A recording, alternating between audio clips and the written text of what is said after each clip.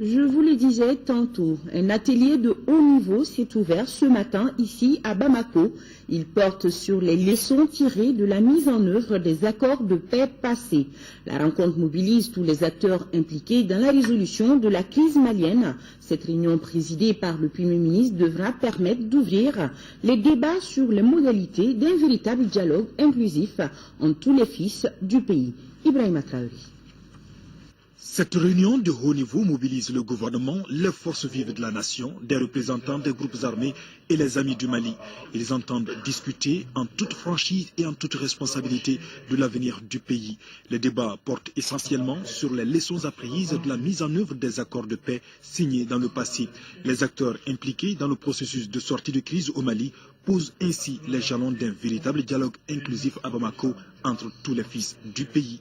L'avenir du Malien reste avant tout entre les mains des Maliens, sans exclusion et sans discrimination.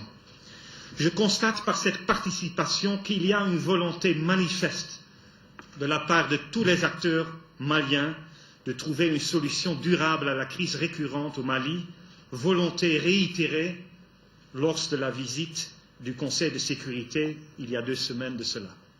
Il s'agit de tirer les leçons du passé, d'apprendre des expériences des autres pays qui ont connu des problèmes similaires et d'envisager une approche appropriée pour l'élaboration du prochain accord de paix global. Cette rencontre de Bamako débat surtout des modalités des pourparlers inclusifs de paix, de leur format ainsi que des mécanismes qui favoriseront non seulement l'application de l'accord global de paix, mais aussi le suivi et le respect des engagements pris par les parties. Sur ce point, le Premier ministre rassure.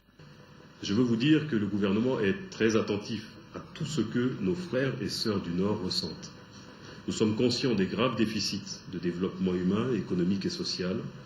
Nous comprenons les souffrances des populations et nous avons la volonté d'y apporter une réponse juste.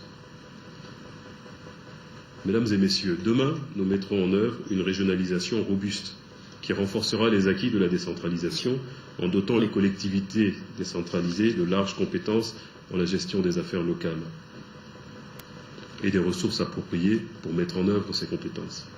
Nous intégrerons les légitimités traditionnelles dans le processus décisionnel des organes régionaux et locaux. Nous appliquerons le plan de développement accéléré des régions du Nord pour corriger les graves déficits en termes de développement humain, ce dans un horizon temporel de 5 ans. La rencontre d'aujourd'hui est la première étape d'un processus qui touchera à d'autres questions centrales, difficiles pour certaines, telles que les opérations de cantonnement, de désarmement, de démobilisation, la réinsertion économique des ex-combattants, le retour effectif de l'administration dans les régions du Nord, l'accès rapide des populations aux services sociaux de base. Le gouvernement que j'ai l'honneur de conduire, sous la haute autorité du président de la République, son Excellence Ibrahim Boubacar Keïta, est animé par la volonté inébranlable de mener un dialogue national avec l'ensemble des communautés, avec tous les acteurs du conflit. Les défis sont donc nombreux, les populations attendent, le temps presse.